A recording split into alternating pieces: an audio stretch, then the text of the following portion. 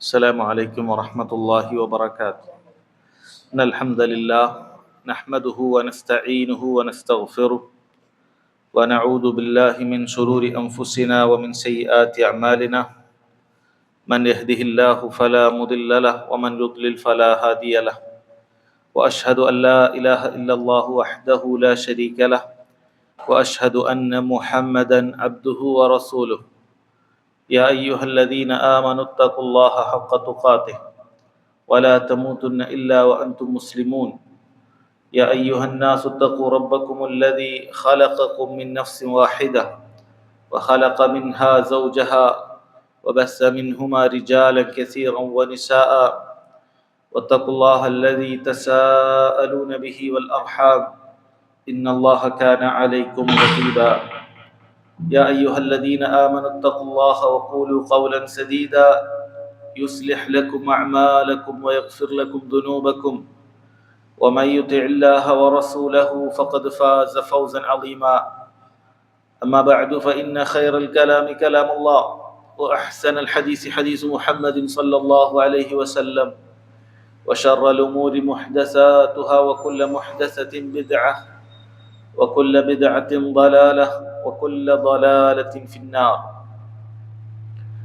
ബഹുമാന്യരായ സഹോദരങ്ങളെ, സഹോദരിമാരെ, അൽ ഹാഫിദ് അൻ-നവവി റഹിമഹുല്ലാ രചിച്ചിട്ടുള്ള അൽ അർബഊൻ അൻ-നവവിയാണ് ഹദീസ് ക്ലാസ്സിൽ നമ്മൾ പഠിക്കുവാൻ തിരഞ്ഞെടുത്തിട്ടുള്ളത്.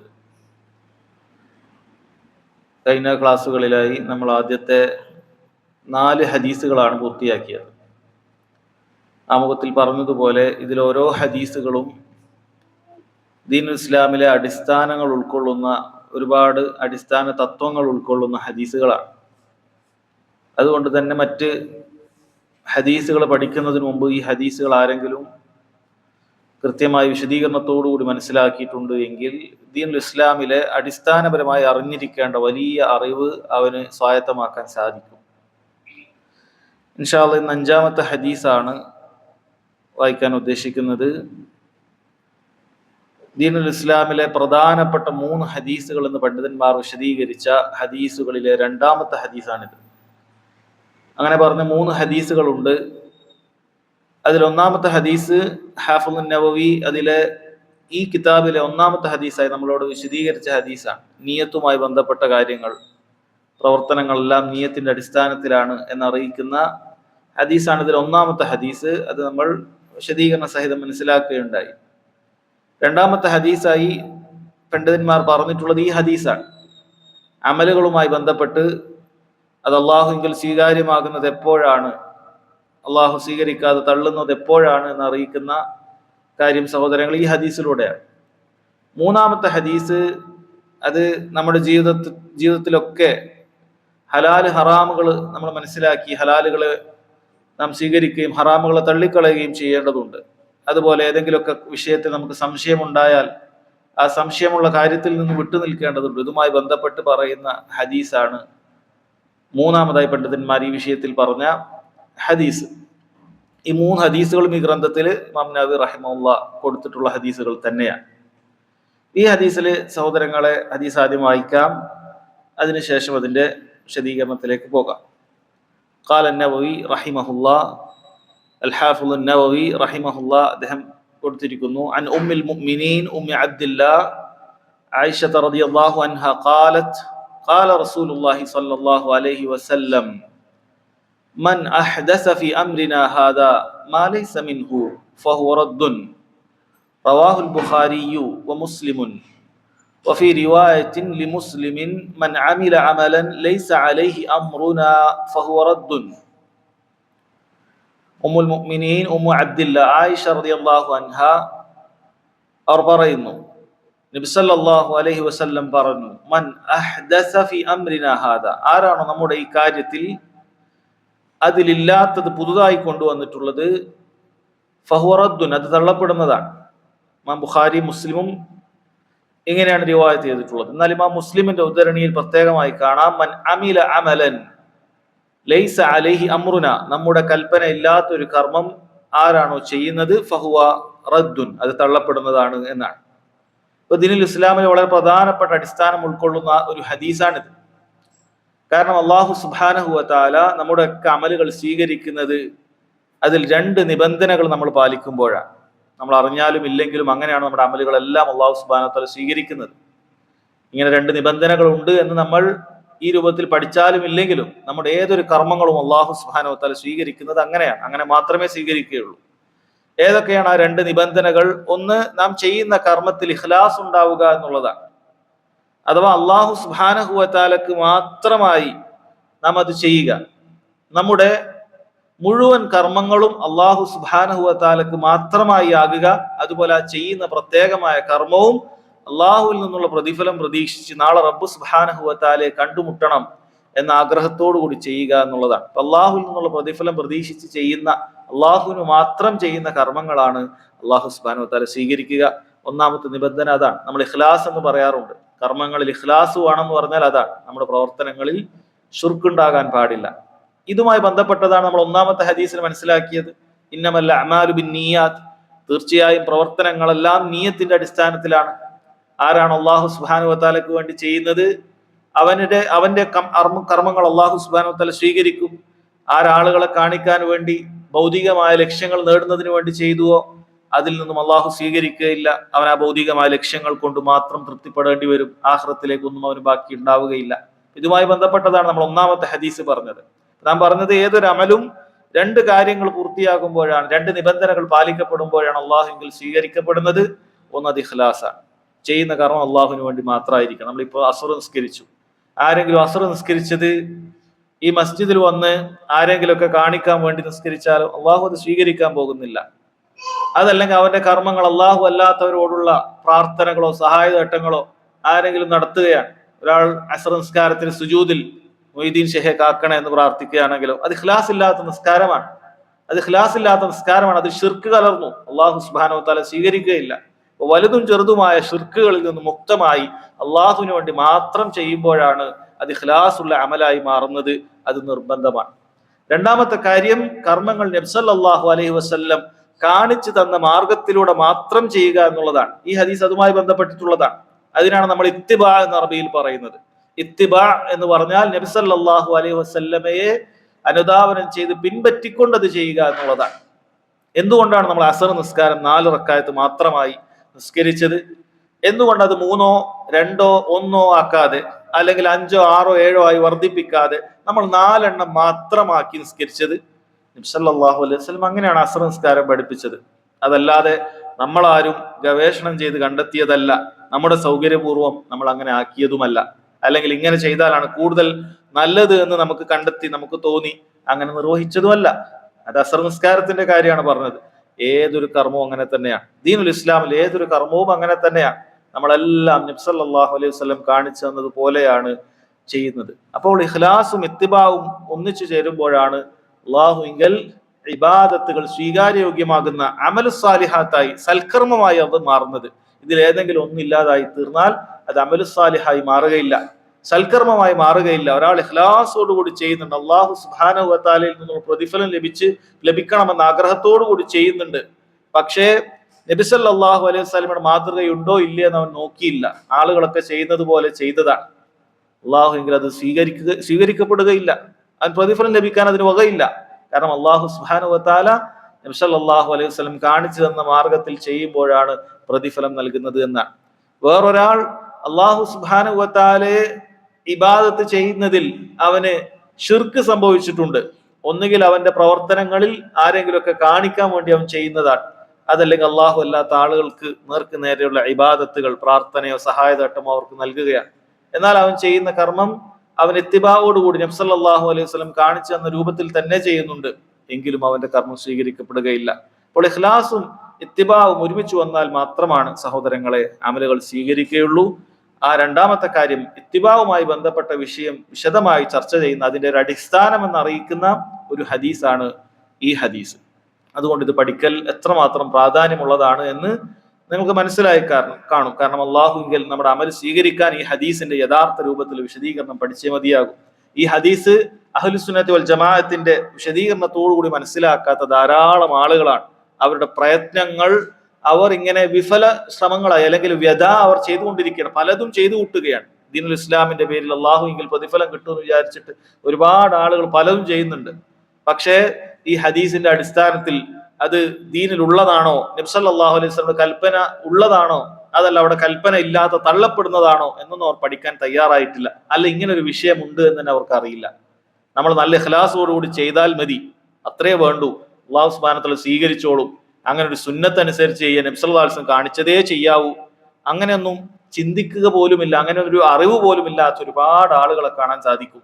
എന്നിട്ട് അവർ നമ്മൾ എന്തെങ്കിലുമൊക്കെ പറഞ്ഞ് അങ്ങനെ എല്ലാം ഇപ്പൊ നബി ചെയ്തതുപോലെയാണ് നിങ്ങൾ ചെയ്യുന്നത് എന്നൊക്കെ പറഞ്ഞ് അവർ ചില വളരെ അബദ്ധ ജടിലമായ സംസാരങ്ങൾ സംസാരിക്കും. എല്ലാം നബി സല്ലല്ലാഹു അലൈഹി വസല്ലം ചെയ്തത് പോലെ ചെയ്യാവൂ. യഥാർത്ഥം എത്ര വലിയ വിഡ്ഢിത്തമാണ്. എല്ലാം നബി സല്ലല്ലാഹു അലൈഹി വസല്ലം ചെയ്തതുപോലെ ചെയ്യാവൂ എന്നത് തന്നെയാണ് അതിന്റെ ഉത്തരം. ഏതൊരു ഇബാദത്തും സഹോദരങ്ങളെ നബി സല്ലല്ലാഹു അലൈഹി വസല്ലം ചെയ്തതുപോലെ മാത്രമേ ചെയ്യാവൂ എന്ന് തന്നെയാണ് ഉത്തരം. കാരണം അതുപോലും അറിയാത്ത വളരെ സാധാരണക്കാർ ഒരുപാട് ആളുകൾ സഹോദരങ്ങൾ നമുക്ക് ചുറ്റുമുണ്ട് എന്നുള്ളത് വളരെ ഖേദകരമായ ഒരു അവസ്ഥയാണ്. നോക്കാം, ഈ ഹദീസിൽ അദ്ദേഹം പറയുന്നു, അൻ ഉമ്മുൽ മുഅ്മിനീൻ ഉമ്മി അബ്ദില്ലാ ആയിഷ റളിയല്ലാഹു അൻഹ. അദ്ദേഹം ഈ ഹദീസിന്റെ സനദിന്റെ അവസാന ഭാഗത്തുള്ള നമ്മുടെ സഹാബിയായ നമ്മുടെ ഉമ്മയായ മുഅ്മിനീങ്ങളുടെ ഉമ്മ, വിശ്വാസികളുടെ ഉമ്മ എന്ന് ഇമാം നവവി റഹിമഹുല്ലാഹ് പരിചയപ്പെടുത്തുന്നത് ആയിഷ റളിയല്ലാഹു അൻഹയാണ്. ഉമ്മു അബ്ദില്ലാ ആയിഷ റളിയല്ലാഹു അൻഹ. എന്താണ് ഉമ്മുൽ മുഅ്മിനീൻ എന്ന് പറയാൻ കാരണം നബി സല്ലല്ലാഹു അലൈഹി വസല്ലമയുടെ ഭാര്യമാരെല്ലാം തന്നെ വിശ്വാസികളുടെ മാതാക്കളാണ്. നബി സല്ലല്ലാഹു അലൈഹി വസല്ലമയുടെ ഭാര്യമാരെല്ലാം തന്നെ വിശ്വാസികളുടെ മാതാക്കളാണ്. അതുകൊണ്ട് അവരെല്ലാം ഉമ്മുൽ മുഅ്മിനീൻ എന്ന് പേര് നാമകരണം ചെയ്യപ്പെടാൻ അർഹരായ ആളുകളാണ്. എന്നാൽ ഇവിടെ പ്രത്യേകം മനസ്സിലാക്കുക, അവർ ഉമ്മമാരാണ് എന്ന് പറയുമ്പോൾ അത് എല്ലാ നിലക്കുമല്ല, മറിച്ച് രണ്ട് കാര്യങ്ങളിലാണ്. ഒന്ന് അവരുടെ മക്കാനത്താണ്, ഒന്ന് അവരുടെ സ്ഥാനമാണ്. നമുക്ക് ഉമ്മാക്കൊക്കെ ബഹുമാനത്തോടു കൂടി കൊടുക്കുന്ന സ്ഥാനം അവർക്ക് കൊടുക്കേണ്ടതുണ്ട്. രണ്ട്, സഹോദരങ്ങളെ അവർ വിവാഹം കഴിക്കാൻ പാടില്ല എന്നുള്ള കാര്യമാണ്. അതല്ലാത്ത നിലക്ക് അവർ ഉമ്മമാരല്ല. അതുകൊണ്ടാണ് സ്വഹാബികളുടെ മുന്നിൽ അവർ ഹിജാബോടുകൂടി പൂർണ്ണമായ ഹിജാബോടുകൂടി മാത്രമേ അവർ മുമ്പിൽ നിന്നിരുന്നുള്ളൂ എന്നുള്ളതാണ്. വൈദാ സഅൽതുമൂഹുന്ന മതാഅൻ ഫസ്അലൂഹുന്ന മിൻ വറാഇ ഹിജാബ്. അവരോട് വല്ല കാര്യങ്ങളും നിങ്ങൾ ചോദിക്കുകയാണെങ്കിൽ ഒരു മറക്ക് പിന്നിൽ നിന്ന് ചോദിക്കുക എന്നാണ് അല്ലാഹു സുബ്ഹാനഹു വ തആല ഖുർആനിൽ പറഞ്ഞിട്ടുള്ളത്.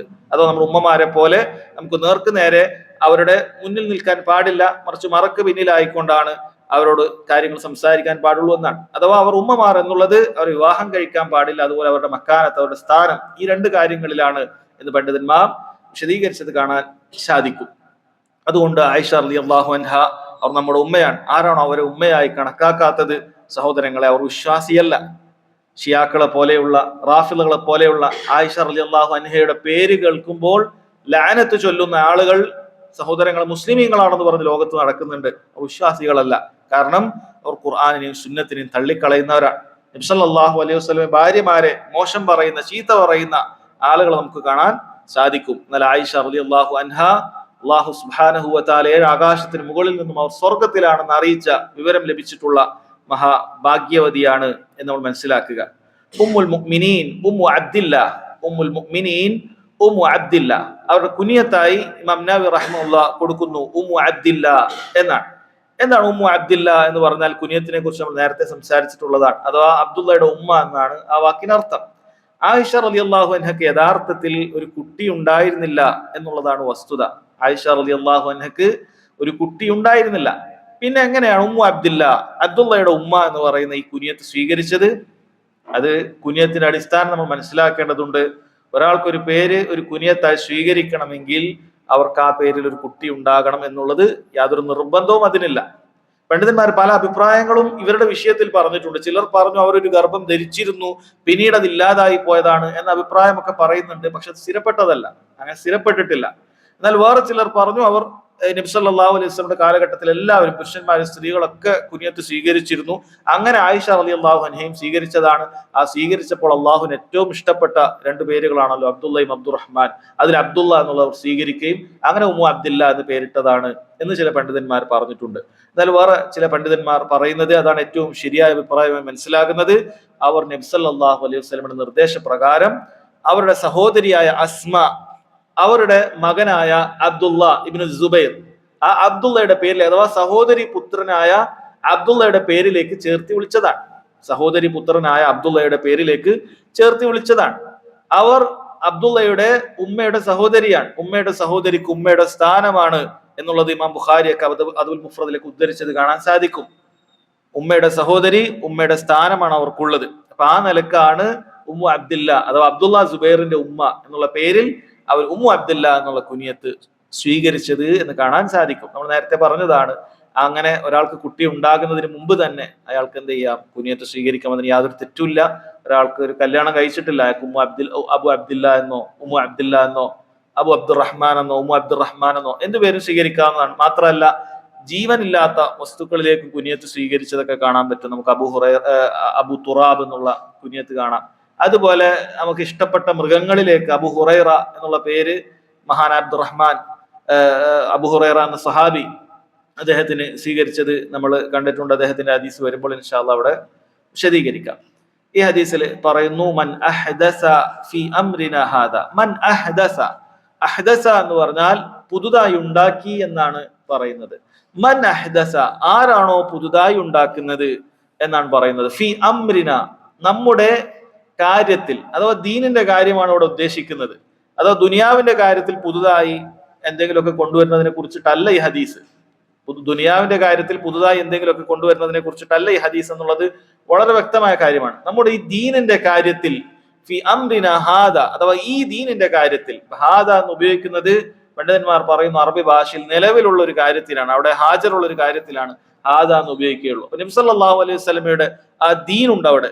അപ്പൊ ആ ദീനിന്റെ കാര്യത്തിൽ ആരെങ്കിലും പുതുതായി കൊണ്ടുവരുന്നു, മാ ലൈസ മിൻഹു, അതിലില്ലാത്ത ദീനിൽ നബി സല്ലല്ലാഹു അലൈഹി വസല്ലം പഠിപ്പിച്ചിട്ടില്ലാത്ത, ദീനിൽ സ്ഥിരപ്പെടാത്ത ഒരു കാര്യം ആരെങ്കിലുമൊക്കെ പുതുതായി ഉണ്ടാക്കി കൊണ്ടുവന്നാൽ നബി സല്ലല്ലാഹു അലൈഹി വസല്ലം അതിന്റെ ഹുക്മ് പറയാണ്, ഫഹുവ റദ്ദുൻ, അത് തള്ളപ്പെടുന്നതാണ്. അധിക പണ്ഡിതന്മാരും പറഞ്ഞത് ആ കർമ്മം തള്ളപ്പെടുന്നതാണ് എന്നാണ്. അല്ലാഹു സുബ്ഹാനഹു വ തആല കർമ്മം സ്വീകരിക്കുകയില്ല, എന്ത് കർമ്മമാകട്ടെ. അതിൽ നബി സല്ലല്ലാഹു അലൈഹി വസല്ലമയുടെ കൽപ്പന ഇല്ല, അവിടുന്ന് കാണിച്ചു തന്നിട്ടേ ഇല്ല. നബി സല്ലല്ലാഹു അലൈഹി വസല്ലമക്ക് അറിയുക പോലുമില്ല. നമ്മൾ ഏതൊരു കർമ്മം പറയുമ്പോൾ ഈ ഹദീസ് വെച്ച്, ഈ ഹദീസ് അതിന്റെ അളവ് പോലാണ്. ആ കർമ്മം ഇവിടെ വെക്കുക, ഈ ഹദീസ് ഇവിടെ വെക്കുക.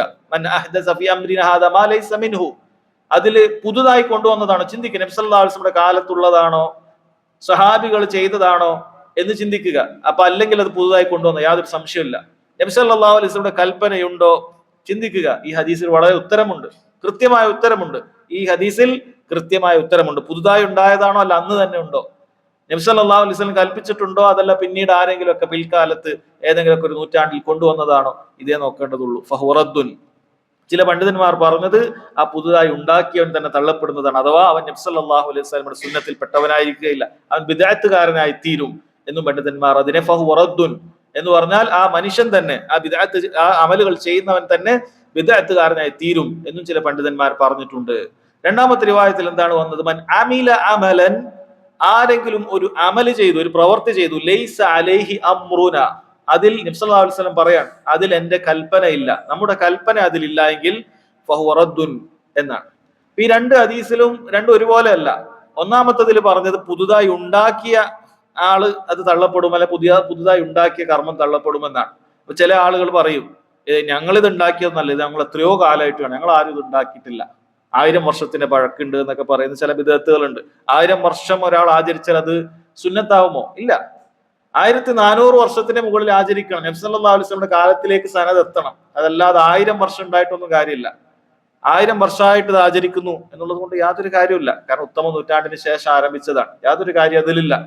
അപ്പോൾ ചില ആളുകൾ പറഞ്ഞേക്കും, നമ്മൾ എന്ത് ചെയ്തിട്ടില്ല, ഉണ്ടാക്കിയിട്ടൊന്നുമില്ല, നമ്മൾ ചെയ്തിട്ടേ ഉള്ളൂ. എങ്കിൽ ഇതാ രണ്ടാമത്തെ ഹദീസ്, ചെയ്താൽ തന്നെ മതി. മൻ അമില അമലൻ ലൈസ അലൈഹി അംറുന, നമ്മുടെ കൽപ്പന ഇല്ലാത്ത ഒരു കാര്യം ആരെങ്കിലും ഒക്കെ ചെയ്തിട്ടുണ്ടെങ്കിൽ തന്നെ ഫഹുവ റദ്ദുൻ എന്നാണ് നബി സല്ലല്ലാഹു അലൈഹി വസല്ലം പറയുന്നത്, അത് തള്ളപ്പെടുന്നതാണ് എന്നാണ്. അപ്പൊ ഈ ഹദീസിൽ നിന്ന് നമുക്ക് മനസ്സിലാക്കാൻ സാധിക്കും, കർമ്മങ്ങൾ 2 രൂപത്തിലുണ്ട്.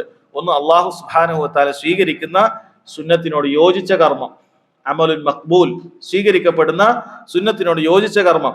രണ്ടാമത്തത് അല്ലാഹു സുബ്ഹാനഹു വ തആല തള്ളിക്കളയുന്ന നബി സല്ലല്ലാഹു അലൈഹി വസല്ലമയുടെ ചര്യയിൽ ഇല്ലാത്ത കർമ്മം, അത് അമലുൻ മർദൂദ്, തള്ളപ്പെടുന്ന കർമ്മം എന്ന് കാണാൻ സാധിക്കും. അതുകൊണ്ട് തന്നെ സഹോദരങ്ങളെ, ബിദ്അത്തിന്റെ കാര്യം അത് ഗൗരവത്തിൽ ശ്രദ്ധിക്കുക.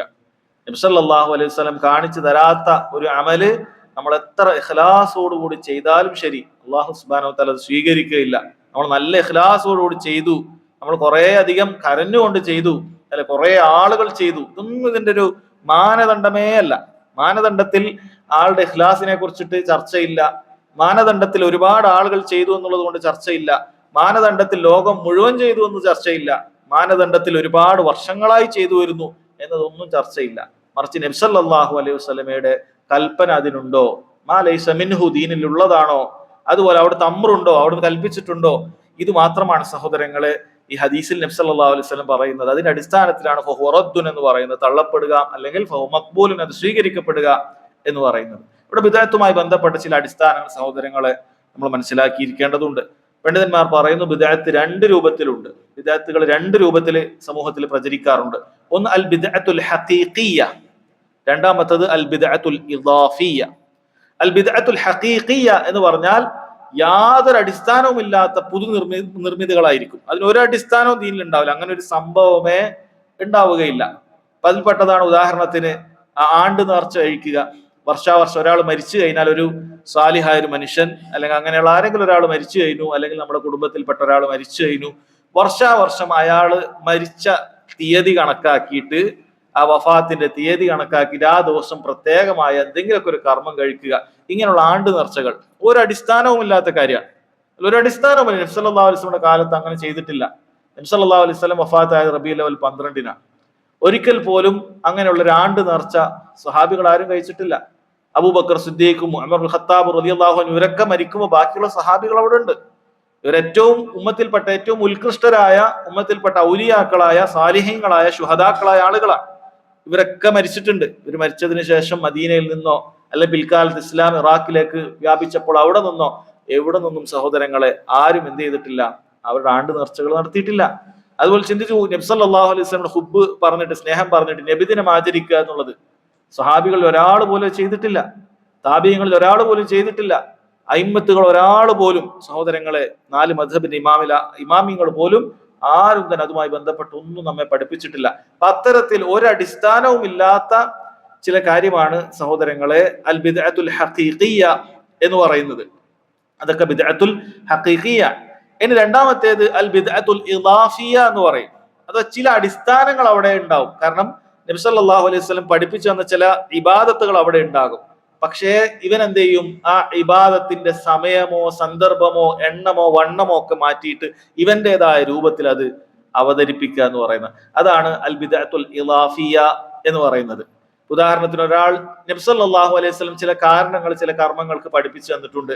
ആ കാരണങ്ങൾ ഇയാളെ വക വേറൊന്ന് മാറ്റാണ്. ഉദാഹരണത്തിന് നിങ്ങൾ ഈ മസ്ജിദിലേക്ക് പ്രവേശിക്കുന്ന സമയത്ത് നമുക്കറിയാം സുന്നത്തായ കാര്യമാണ് ഇവിടെ ഇരിക്കുന്നതിന് മുമ്പ് 2 റക്അത്ത് സുന്നത്ത് നിസ്കരിക്കുക എന്നുള്ളത്. അത് മസ്ജിദിന് മാത്രമുള്ള ഹുക്കുമാണ്. ലോകത്ത് വേറെ എവിടെയും അങ്ങനെ ഒരു സ്ഥലത്തേക്ക് പ്രവേശിച്ചതിന്റെ പേരിൽ 2 റക്അത്ത് സുന്നത്ത് നിസ്കരിക്കേണ്ടതില്ല.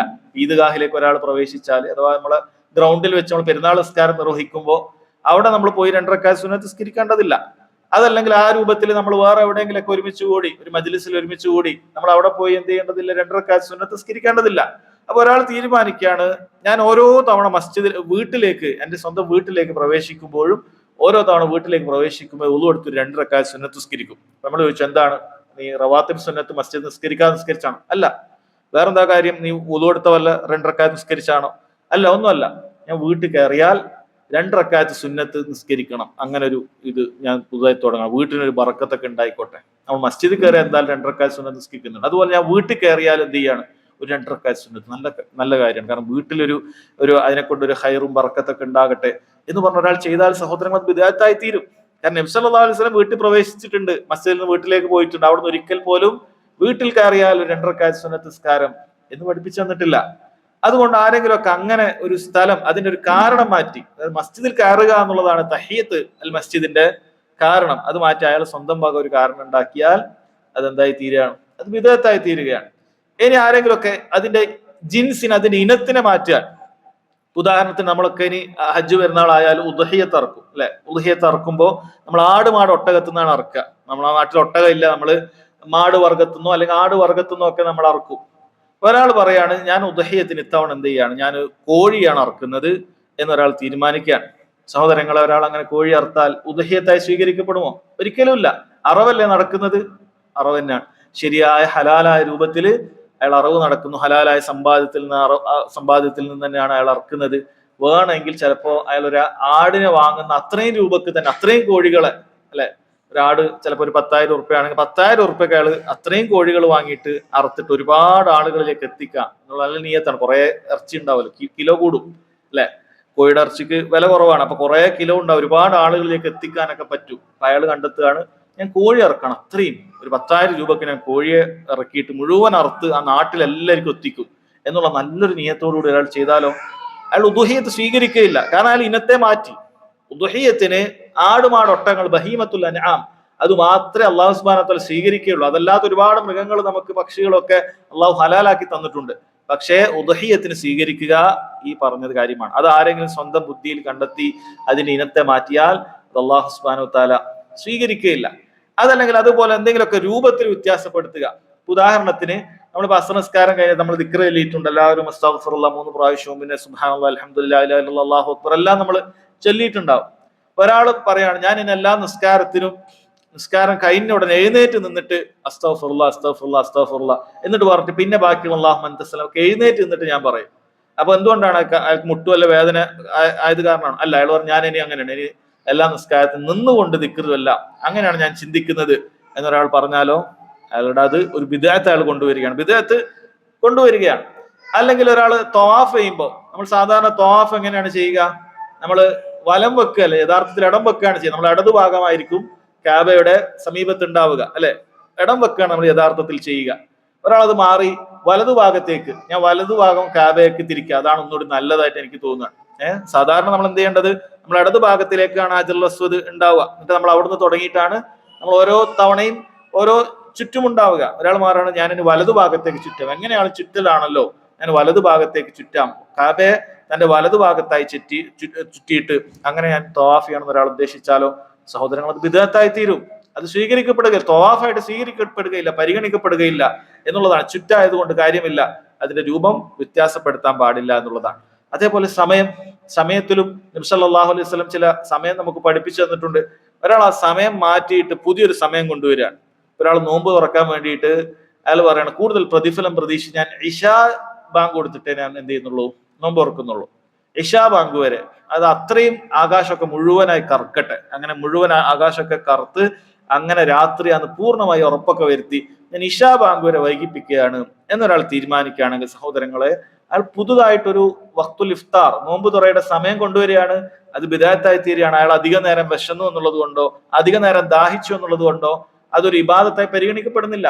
ആ മഗ്രിബ് തൊട്ട് ഇശ വരെ 1-1.5 മണിക്കൂറൊക്കെ ചിലപ്പോൾ അയാൾ അധികം നോമ്പ് വെച്ചിട്ടുണ്ടാവും. പക്ഷേ അയാൾ പുതിയൊരു ബിദ്അത്താണ് കൊണ്ടുവരുന്നത്. നബി സല്ലല്ലാഹു അലൈഹി വസല്ലം ആ ബാങ്ക് കൊടുക്കുന്നതോടൊപ്പം ധൃതിയോടുകൂടി വേഗം നോമ്പ് തുറക്കാനാണ് നമ്മോട് പറഞ്ഞിട്ടുള്ളത്. ഇങ്ങനെ സമയം വ്യത്യാസപ്പെടുത്താൻ ആർക്ക് പാടില്ലാത്ത കാര്യമാണ്. അതുപോലെ സ്ഥലം വ്യത്യാസപ്പെടുത്തി ചെയ്താലും പറ്റും. ഇഅ്തികാഫ് എന്ന് പറയുന്നത് സഹോദരങ്ങളെ, അത് പുണ്യമുള്ള കാര്യമാണ്. വിശിഷ്യ റമദാനിന്റെ അവസാനത്തെ 10 നബി സല്ലല്ലാഹു അലൈഹി വസല്ലം പതിവായി മുടക്കാതെ ഇഅ്തികാഫ് ഇരുന്നു എന്ന് കാണാൻ സാധിക്കും. ഒരാൾ പറയാണ്, ഞാൻ ഇത്തവണ ഇഅ്തികാഫ് ഇരിക്കുന്നത് എൻ്റെ വീട്ടിലാണ്, ഞാൻ വീട്ടിലൊരു റൂം അതിനായി മാറ്റി വെച്ചിട്ടുണ്ട്, നല്ല രീതിയിൽ തന്നെ മസ്ജിദിലൊക്കെ ഉള്ളതുപോലെ കാർപ്പറ്റൊക്കെ വിരിച്ച് നല്ല രൂപത്തിൽ അവിടെ ഞാൻ സെറ്റ് ചെയ്ത് വെച്ചിട്ടുണ്ട്, ഞാൻ ഇത്തവണത്തെ ഇഅ്തികാഫ് വീട്ടിലാണ്, ഞാനും എൻ്റെ ഭാര്യയൊക്കെ ഉണ്ടാവും, അല്ലെങ്കിൽ ഞങ്ങളുടെ കുടുംബം മൊത്തമായിട്ട് അവിടെ ഇഅ്തികാഫ് ഇരിക്കുന്നത് എന്നൊരാൾ പറയുകയാണെങ്കിൽ സഹോദരങ്ങൾ സ്വീകരിക്കപ്പെടുകയില്ല. കാരണം ഇഅ്തികാഫ് ശരിയാകാൻ അതിന്റെ സ്ഥലം എവിടെയായിരിക്കണം? മസ്ജിദായിരിക്കണം, അല്ലെ? ഒരു മസ്ജിദ് ആയാൽ മാത്രമേ അവിടെ ഇഅ്തികാഫ് സ്വീകാര്യമാകുകയുള്ളൂ. അയാൾക്ക് വീട്ടിൽ ഇരുന്നുകൊണ്ട് ഇബാദത്ത് ചെയ്യാം, സുന്നത്തായ നിസ്കാരങ്ങൾ നിർവഹിക്കാം. പക്ഷേ ഇഅ്തികാഫ് എന്ന് പറയുന്ന ഇബാദത്ത് അത് അല്ലാഹു സുബ്ഹാനഹു വ തആല നമുക്ക് നിശ്ചയിച്ചു തന്നത്, നബി സല്ലല്ലാഹു അലൈഹി വസല്ലം കാണിച്ചു തന്നത് അത് മസ്ജിദിൽ മാത്രമാണ്. അതൊരാൾ വീട്ടിലേക്ക് മാറ്റിയാൽ അത് ബിദ്അത്തായി തീരും. ഇപ്പൊ ഇവിടെയൊക്കെ ഈ പറയുന്ന വ്യക്തിയുടെ അയാളുടെ ഇഖ്ലാസോ അയാളുടെ നല്ല ചിന്തയോ നല്ല ഉദ്ദേശമോ ഇതൊന്നും പരിഗണിക്കപ്പെടുന്നില്ല. അതല്ലെങ്കിൽ ഈ കർമ്മങ്ങളൊക്കെ അസലിൽ ദീനിൽ ഉണ്ട്, ഇതൊക്കെ ദീനിലുള്ളത് തന്നെയാണ്. ഇഅ്തികാഫ് പുതിയതല്ല. നേരത്തെ പറഞ്ഞ എല്ലാ കാര്യങ്ങളും ആലോചിച്ച് നോക്കിയോ, തഹിയ്യത്തുൽ മസ്ജിദ് ആകട്ടെ, ഉദുഹിയ്യത്ത് ആകട്ടെ, അതേപോലെ തവാഫിന്റെ കാര്യമാകട്ടെ, എല്ലാം ദീനിലുള്ളത് തന്നെയാണ്. പക്ഷെ അയാൾ ഒരു ഇലാഫത്ത് കൊണ്ടുവന്നു, പുതുതായി ചില കാര്യങ്ങൾ കൂട്ടിക്കൊണ്ടുവന്നു. അതാണ് നമ്മൾ പറഞ്ഞത് അൽ ബിദ്അത്തുൽ ഇളാഫിയ്യ എന്ന് പറയുന്നത്. അടിസ്ഥാനം ഉണ്ടോ ചോദിച്ചാൽ അടിസ്ഥാനമുണ്ട്. പക്ഷെ അയാൾ അതിന്റെ ഇനങ്ങളോ അതിന്റെ രൂപമോ വണ്ണമോ സമയമോ സന്ദർഭമോ ഒക്കെ മാറ്റിയിട്ട് സഹോദരങ്ങൾ അയാൾ ചെയ്തു കഴിഞ്ഞാൽ അല്ലാഹു സുബ്ഹാനഹു വ തആല സ്വീകരിക്കുകയില്ല എന്നുള്ളതാണ്. അതുകൊണ്ട് അത് പ്രത്യേകം മനസ്സിലാക്കുക. അതേപോലെ തന്നെ പണ്ഡിതന്മാർ പറഞ്ഞാണ്, ചില ആളുകൾ എന്ത് ചെയ്യും, ചില കാര്യങ്ങൾ പ്രതിഫലം കിട്ടാൻ വേണ്ടിയിട്ട് അള്ളാഹു ഹലാലാക്കിയ ചില കാര്യങ്ങൾ അയാൾ ഉപേക്ഷിക്കുകയാണെങ്കിൽ അതും ബിദ്അത്തായി തീരുമെന്നാണ്. ഒരാൾ പറയാണ്, ഞാൻ നാളെ മുതൽ ഇറച്ചി കഴിക്കൂല, നാളെ മുതൽ ഞാൻ ഇറച്ചിയും മാംസം കഴിക്കുകയില്ല, ഞാൻ പച്ചക്കറി മാത്രമേ കഴിക്കുള്ളൂ. നമ്മൾ ചോദിച്ചു എന്താണ്, വല്ല കൊളസ്ട്രോളും കൂടിയിട്ടാണോ, അല്ല അല്ലെങ്കിൽ ഡോക്ടർ എന്തെങ്കിലുമൊക്കെ പറഞ്ഞോ, അല്ല വല്ല ഡയറ്റ് നിങ്ങൾ പുതുതായി ഫോളോ ചെയ്യുന്നതാണോ? അല്ല, ഒന്നുമല്ല. ഞാൻ അങ്ങനെ ഇറച്ചിയൊക്കെ കഴിക്കാന്ന് പറയുന്നത് അതൊരു ഭൗതിക വിരക്തിക്കെതിരാണ്, സുഹൃത്തിനെതിരാണ്. ഇപ്പൊ ദുനിയാവിൽ നമ്മൾ ഭൗതിക വിരക്തിയോടുകൂടി ജീവിക്കണമെങ്കിൽ ഇറച്ചിയൊക്കെ ഒഴിവാക്കണം. അങ്ങനെയാണ് നമ്മൾ നല്ല അള്ളാഹുലേക്ക് അടുക്കാൻ സാധിക്കുകയുള്ളൂ എന്ന് പറഞ്ഞ ഒരാൾ ഇറച്ചി ഒഴിവാക്കിയാൽ സഹോദരങ്ങളെ അത് ബിദഅത്തായി തീരുന്നതാണ്. കാരണം നബി സല്ലല്ലാഹു അലൈഹി വസല്ലം അത് പഠിപ്പിച്ചു തന്നിട്ടില്ല. നബി സല്ലല്ലാഹു അലൈഹി വസല്ലം അവിടുന്നാണ് ഏറ്റവും വലിയ തഖ്വയുള്ള, ഏറ്റവും വലിയ സാഹിദ് അള്ളാഹുവിന്റെ റസൂൽ സല്ലല്ലാഹു അലൈഹി വസല്ലം. അവിടുത്തേക്കാൾ ഭൗതിക വിരക്തിയുള്ള ഒരാളും ലോകത്ത് ജീവിച്ചു മരിച്ചു പോയിട്ടില്ല. അപ്പൊ അതിനേക്കാളും ഞാൻ എന്ത് ചെയ്യാണ്, ഞാൻ അള്ളാഹുലേക്ക് അടുക്കാൻ എന്ന് പറഞ്ഞിട്ട് ഒരാൾ എന്ത് ചെയ്യാണ്, അള്ളാഹു സുബ്ഹാനഹു വ തആല ഹലാലാക്കി മാംസം ഒഴിവാക്കിയാൽ അത് ബിദഅത്തായി തീരുന്നതാണ്. അതുപോലെ ഒരാൾ പറയാണ് ഞാൻ എന്ത് ചെയ്യുന്നില്ല, ഞാൻ വിവാഹം കഴിക്കില്ല. കാരണം എന്താണ്, ഞാനത് ഇബാദത്തിലേക്ക് മുഴുകാൻ വേണ്ടിയിട്ട് ഞാൻ ഈ വിവാഹം കഴിക്കുന്നില്ല, ഞാൻ അങ്ങനെയാണ് ഉദ്ദേശിക്കുന്നത് എന്ന് പറഞ്ഞാൽ സഹോദരങ്ങൾ, നബി സല്ലല്ലാഹു അലൈഹി വസല്ലം അത്തരക്കാരോടൊക്കെ പറഞ്ഞത് അവൻ എന്റെ സുന്നത്തിൽപ്പെട്ടവനല്ല എന്നാണ്. അപ്പൊ അത് ഉപേക്ഷിക്കുന്ന കാര്യമാകട്ടെ, പ്രതിഫലം പ്രതീക്ഷിച്ചുകൊണ്ട് അങ്ങനെ ഉപേക്ഷിച്ചാലും ശരി, അത് ബിദഅത്തായി തീരും എന്ന് പണ്ഡിതന്മാർ പറഞ്ഞിട്ടുണ്ട്. ഇനി ഈ ബിദഅത്തുകളുടെ ഹദീസ് പഠിക്കുന്ന സമയത്ത് തന്നെ സഹോദരങ്ങളെ, ഇതുമായി ബന്ധപ്പെട്ട് ഒരുപാട് സംശയങ്ങൾ നമ്മുടെ നാട്ടിലൊക്കെ പല ബിദഅത്തുകൾ ചെയ്യുന്ന ആളുകളോട് നമ്മൾ നല്ല നിലക്ക് ഉപദേശിക്കാൻ പോകുന്നതായിരിക്കും. അവർക്കൊരു ഖൈർ ഉദ്ദേശിച്ചിട്ട് അവരും ഈ പറയുന്ന കാര്യങ്ങളൊക്കെ ചെയ്ത് നരകത്തിലേക്ക് പതിക്കരുത് എന്ന് വിചാരിച്ചിട്ട് ഒരുപാട് ആളുകൾ, സാധുക്കളായ ആളുകൾ അവരോട് നല്ല നിലക്ക് ഉപദേശിക്കാൻ പോയാൽ അവർ പിന്നീട് പല നിലക്കുള്ള ശുഭത്തുകൾ, സന്ദേഹങ്ങൾ പരത്തിവിടും. പല തരത്തിലുള്ള ഇഷ്കാലുകൾ അത് തിരിച്ചവർ പറയും. അപ്പൊ അത്തരം ചില കാര്യങ്ങളും അതിനുള്ള മറുപടികളും നമ്മൾ വളരെ അടിസ്ഥാനപരമായി മനസ്സിലാക്കിയിരിക്കേണ്ടതുണ്ട്. അതിൽപ്പെട്ടതാണ്, ചിലർ പറയും എല്ലാ ബിദഅത്തുകളും ഒരുപോലെയല്ല, ദീനിൽ നല്ല ബിദഅത്തുകളുണ്ട്, അവ ചെയ്യുന്നതിന് തെറ്റില്ല, അതിന് ധാരാളം തെളിവുകളുണ്ട് എന്ന് പറഞ്ഞിട്ട് പറയും. നമ്മൾ എന്തെങ്കിലുമൊക്കെ ഒരു ബിദഅത്ത് പറയുമ്പോൾ ഇത് ബിദഅത്താണ് അത് ബിദഅത്താണ് എന്ന് പറഞ്ഞാൽ പറയും നിങ്ങളൊക്കെ വിഡ്ഢികളാണ്, നിങ്ങൾക്ക് ബിദഅത്തിനെ കുറിച്ച് ശരിക്കും അറിയില്ല. ബിദഅത്തുകൾ നിങ്ങൾ പറഞ്ഞ പോലെ ശരിയാണ്, ചിലപ്പോൾ അത് ബിദഅത്തായിരിക്കും, പക്ഷെ അങ്ങനെ എല്ലാ ബിദഅത്തും അങ്ങനെ പ്രശ്നമുള്ള ഒരു ബിദഅത്തൊന്നല്ല. ബിദഅത്ത് എന്ന് പറഞ്ഞാൽ രണ്ട് രൂപത്തിലുണ്ട്. അത് ബിദഅത്തുൽ ഹസന ഉണ്ട്, ബിദഅത്തുൽ ഹസന നല്ല ബിദഅത്ത് എന്ന് പറയുന്ന കാര്യമുണ്ട്. അത് ചെയ്താൽ തെറ്റൊന്നുമില്ല, അത് വേണം നമുക്ക് ധാരാളം ചെയ്യാം എന്ന് പറഞ്ഞിട്ട് അവർ പറയും. അവരോട് നമുക്ക് പറയാനുള്ളത്, ബിദഅത്തുകൾ അതെല്ലാം തിന്മ തന്നെയാണ്. ബിദഅത്തുകളിൽ ഹസനയായിട്ട് സഹോദരങ്ങളെ അങ്ങനെ ഒരു സംഭവമേ ഇല്ല. നമുക്ക് അവരോട് ചോദിക്കാം, നിങ്ങൾ ബിദഅത്തുൽ ഹസന എന്ന് പറഞ്ഞാൽ തെറ്റില്ല, അത് കുഴപ്പമില്ല എന്ന് നിങ്ങൾ പറയുന്നുണ്ട് എങ്കിൽ ഖുർആനിൽ അങ്ങനെ ഒരു സംഭവം ഉണ്ടോ? അല്ലെങ്കിൽ നബി സല്ലല്ലാഹു അലൈഹി വസല്ലം എപ്പോഴെങ്കിലും പറഞ്ഞിട്ടുണ്ടോ ബിദഅത്തുകൾ രണ്ട് തരത്തിലുണ്ട്, അത് ഹസനത്തായ ബിദഅത്ത് കുഴപ്പമില്ല, അതല്ലാത്തതാണ് കുഴപ്പം എന്ന് നബി സല്ലല്ലാഹു അലൈഹി വസല്ലം എപ്പോഴെങ്കിലും പറഞ്ഞിട്ടുണ്ടോ? ഏതെങ്കിലുമൊക്കെ ഒരു സ്വഹാബി പറഞ്ഞിട്ടുണ്ടോ ബിദഅത്തുകൾ രണ്ട് തരത്തിലുണ്ട്, വലാലത്തായ ബിദഅത്ത് ഉണ്ട്, ഹസനത്തായ ബിദഅത്ത് വേറെയുണ്ട്?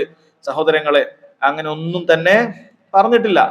പിന്നീട് അവർക്ക് കൊണ്ടുവരാൻ സാധിക്കുന്നത് ശേഷക്കാരായ പിൽക്കാരക്കാരായ ഏതെങ്കിലുമൊക്കെ അയിമ്മത്തുകൾ, അവർ അയിമ്മത്തുകളായിരിക്കാം, മഹാന്മാരായ പണ്ഡിതന്മാരായിരിക്കാം, അവരെവിടെയെങ്കിലൊക്കെ എഴുതി വെച്ച ചില വാചകങ്ങളൊക്കെ കൊണ്ടുവരും, ഇത് ബിദഅത്തുൽ ഹസനയാണ് എന്നൊക്കെ പറഞ്ഞു കൊണ്ടുവരും. അവരോട് നമുക്ക് പറയാനുള്ളത്, ഖുർആനിലോ സുന്നത്തിലോ സഹാബികളുടെ ഇജ്മായിലോ സ്ഥിരപ്പെടാത്തൊരു കാര്യം പിന്നീട് ഏതെങ്കിലും കാലത്ത് ഏതെങ്കിലുമൊക്കെ ഒരു പണ്ഡിതൻ എഴുതി വെച്ചാൽ അത് ദീനിൽ തെളിവാവുകയില്ല.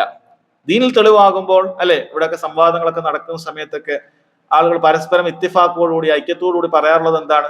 ഖുർആന്, സഹീഹായ ഹദീസ്, വ്യക്തമായ ഖിയാസ്, അതുപോലെ തന്നെ സ്ഥിരപ്പെട്ട ഇജ്മാ, ഈ നാല് കാര്യങ്ങളാണ് തെളിവെന്നാണ് പറയുന്നത്.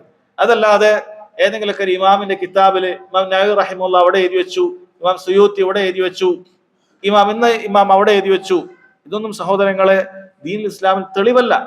പണ്ഡിതന്മാരുടെ കൗലുകൾ അത് ദീനുൽ ഇസ്ലാമിന്റെ അടിസ്ഥാന തെളിവുകളല്ല എന്നുള്ളത് ഒരാദ്യം മനസ്സിലാക്കേണ്ട കാര്യമുണ്ട്.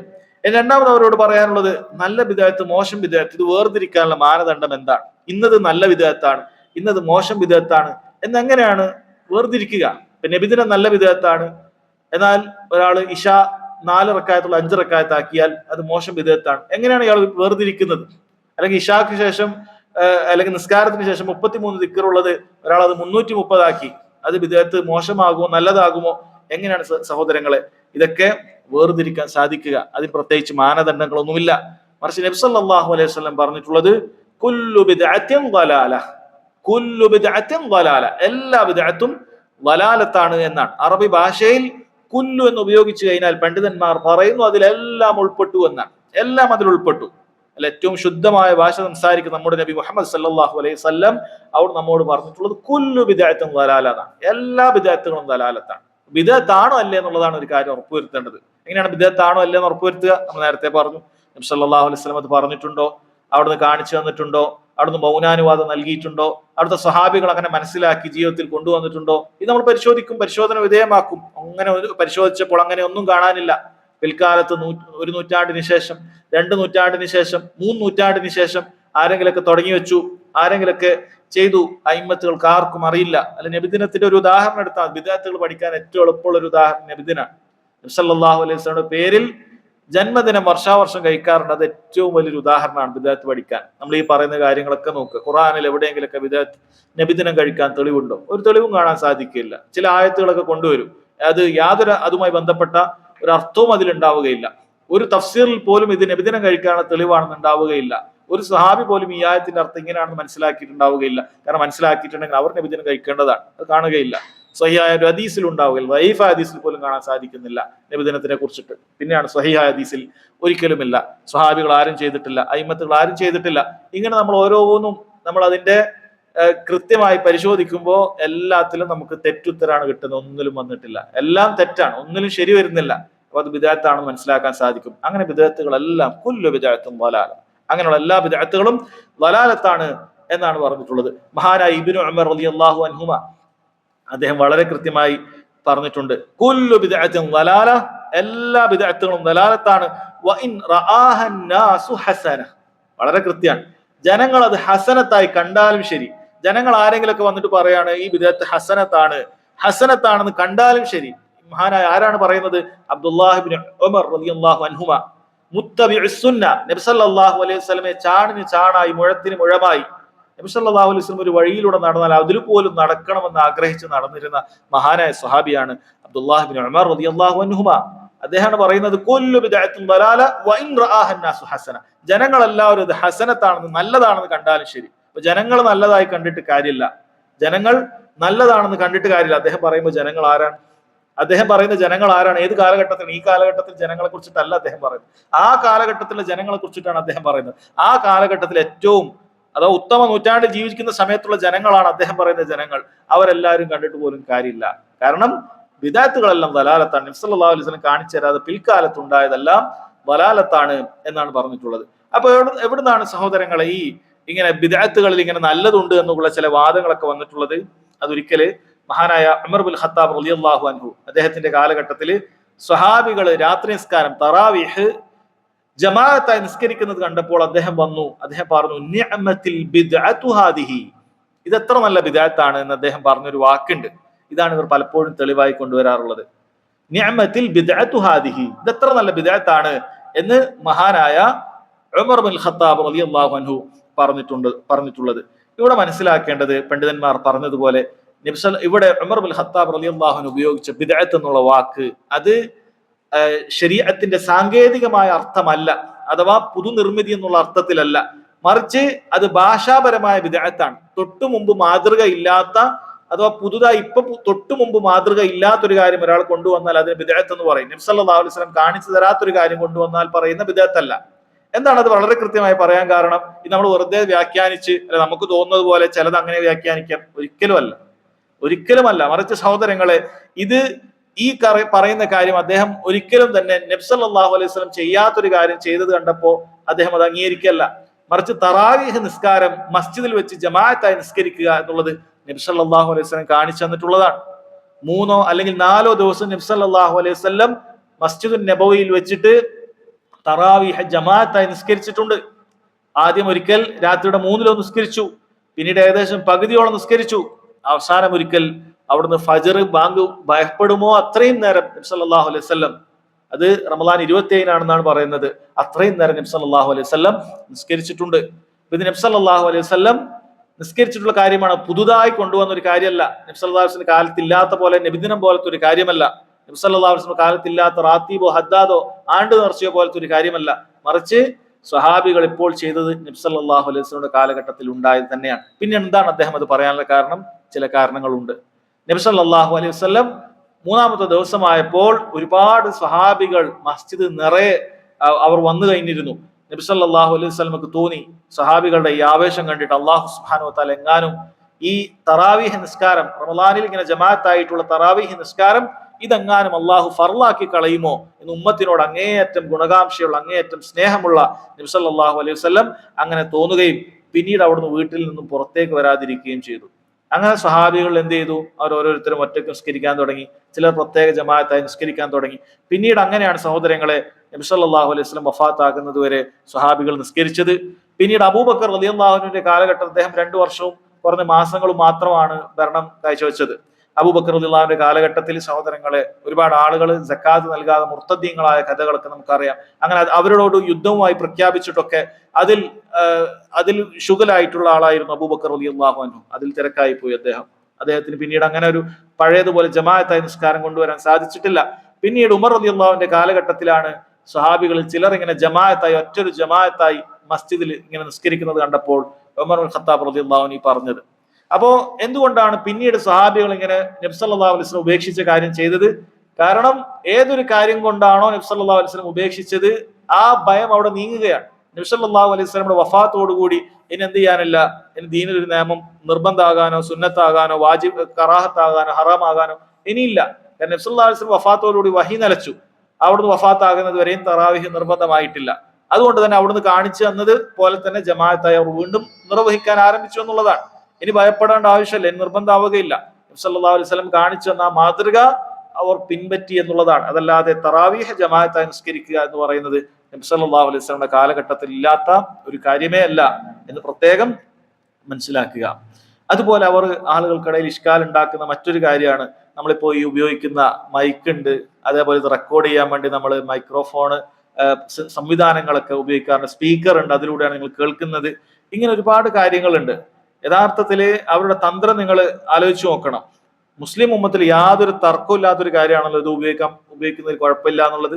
അങ്ങനെ യാതൊരു തർക്കവും ഇല്ലാത്ത ഇത്തരം വിഷയങ്ങൾ അവരുടെ ബിദഅത്തുകൾ മറയാക്കാൻ വേണ്ടി അവർ ഉപയോഗിക്കുകയാണ്. എന്നിട്ട് ജനങ്ങൾക്കിടയിൽ സംശയം ഉണ്ടാക്കുകയാണ്. അല്ല, അങ്ങനെ ഒരു തർക്കമുണ്ട്, എവിടെയെങ്കിലൊക്കെ മൈക്ക് വേണോ വേണ്ടേ എന്നുള്ളത് ഏതെങ്കിലും ഒറ്റപ്പെട്ട ഏതെങ്കിലും ആന സമസ്ത പോലെ ആരെങ്കിലൊക്കെ പറയാന്നുള്ളതല്ലാതെ അറിയപ്പെട്ട മുസ്ലിം പണ്ഡിതന്മാർക്ക് ആർക്കും ഇടയിൽ എന്തില്ല, മുസ്ലിം ലോകത്ത് തർക്കമില്ല. മൈക്ക് ഉപയോഗിക്കാൻ പറ്റുമോ, സ്പീക്കർ ഉപയോഗിക്കാൻ പറ്റുമോ? അല്ലെങ്കിൽ നബി സല്ലല്ലാഹു അലൈഹി വസല്ലം കാലത്ത് ഈന്തപ്പന കൊണ്ടാണ് മെമ്പർ ഉണ്ടാക്കിയത്, ഇന്ന് നല്ല മരത്തടിയാണ്, ചിലപ്പോൾ തേക്കിന്റെ തടി ഉണ്ടാവും.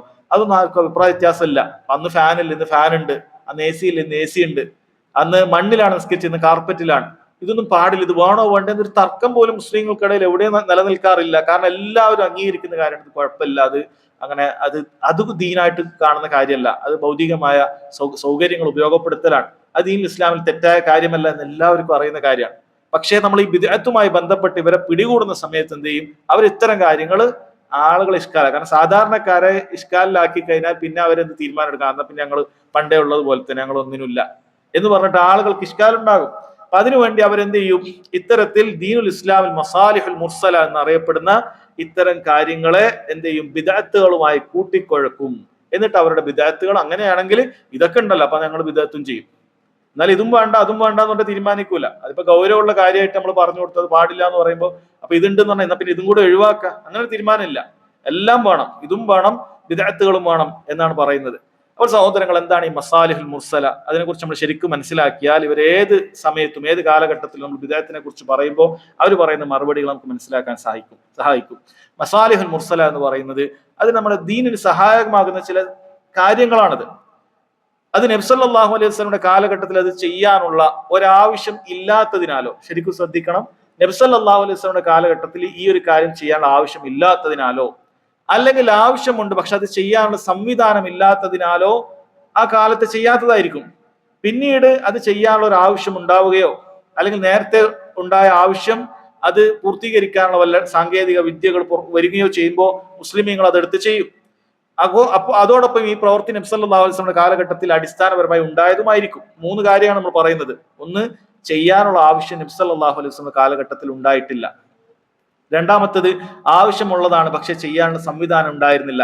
3, അതിന്റെ അടിസ്ഥാനം നബി സല്ലല്ലാഹു അലൈഹി വസല്ലമയുടെ കാലഘട്ടത്തിൽ തന്നെ ഉണ്ടായിരുന്നതാണ്. ഉദാഹരണത്തിലൂടെ കാര്യങ്ങൾ വ്യക്തമാകും. നമ്മൾ നോക്കുക, നമ്മളിപ്പോ ബാങ്ക് വിളിക്കാൻ വേണ്ടി ഇന്ന് മൈക്ക് ഉപയോഗിക്കുന്നുണ്ട് ഒച്ചത്തിലേക്ക് എത്താൻ വേണ്ടി. നബി സല്ലല്ലാഹു അലൈഹി വസല്ലമയുടെ കാലഘട്ടത്തിൽ ഇതുമായി ബന്ധപ്പെട്ട എന്തെങ്കിലുമൊക്കെ കാര്യം ചെയ്തിട്ടുണ്ടോ? ഉയർന്ന സ്ഥലങ്ങളിൽ നിന്നാണ് ബാങ്ക് വിളിച്ചത് എന്ന് കാണാൻ പറ്റും. ഓരോ മസ്ജിദുകളിലും ഉയർന്ന സ്ഥലങ്ങൾ ഉണ്ടായിരുന്നു. അവിടെ കയറി നിന്നിട്ടാണ് ബാങ്ക് വിളിച്ചത്. കാരണം ബാങ്കിന്റെ ഉദ്ദേശം തന്നെ ഇത് ഒരുപാട് ദൂരങ്ങളിലേക്ക് എത്തുകയും നിസ്കാരത്തിന്റെ സമയമായി അല്ലെങ്കിൽ നോമ്പ് തുറക്കാനും അല്ലെങ്കിൽ അത്താഴത്തിന്റെ ഒക്കെ കൃത്യമായ സമയം അറിയിക്കുക എന്നുള്ളതാണ് ബാങ്കിന്റെ ലക്ഷ്യം എന്ന് പറയുന്നത്. ഇബാദത്തുകളുടെ സമയം നിർണ്ണയിക്കുന്ന കാര്യമാണ് ബാങ്ക് എന്ന് പറയുന്നത്, നോമ്പും നിസ്കാരം ഒക്കെ. അപ്പൊ അത് വളരെ കൃത്യമായ പരമാവധി ആളുകളിലേക്ക് എത്തിക്കുക എന്നുള്ളത് കൊണ്ട് തന്നെ ഉയർന്ന ശബ്ദമുള്ള ആളുകളാണ് ബാങ്കിന് വേണ്ടി തിരഞ്ഞെടുത്തത്. ഉയർന്ന സ്ഥലത്തേക്കും കയറ്റിയിട്ടാണ് ബാങ്ക് കൊടുത്തിരുന്നത് എന്നുള്ളതാണ്. അപ്പൊ ഉച്ചത്തിൽ പരമാവധി ദൂരത്ത് എത്തിക്കുക എന്നുള്ള ആവശ്യം നബി സല്ലല്ലാഹു അലൈഹി വസല്ലം കാലഘട്ടത്തിലുണ്ട്. പക്ഷെ നേരത്തെ പറഞ്ഞതുപോലെ അങ്ങനെയുള്ള സാങ്കേതിക വിദ്യകൾ അന്ന് ഇറങ്ങിയിട്ടില്ല. ലോകത്തെവിടെയും ഒരു മൈക്ക് സംവിധാനം ഇല്ല. അന്ന് മദീനയിൽ മൈക്ക് സംവിധാനം ഉണ്ടായിരുന്നു. എന്നിട്ടും നബി സല്ലല്ലാഹു അലൈഹി വസല്ലം ഉപയോഗിച്ചിട്ടില്ല എങ്കിൽ നമുക്ക് പറയാമായിരുന്നു ഇത് ഉപയോഗിക്കാൻ പാടില്ല. കാരണം നബി സല്ലല്ലാഹു അലൈഹി വസല്ലം കാലത്തും ഇത് ഉണ്ടായി, എന്നിട്ട് ഉപയോഗിച്ചിട്ടില്ല.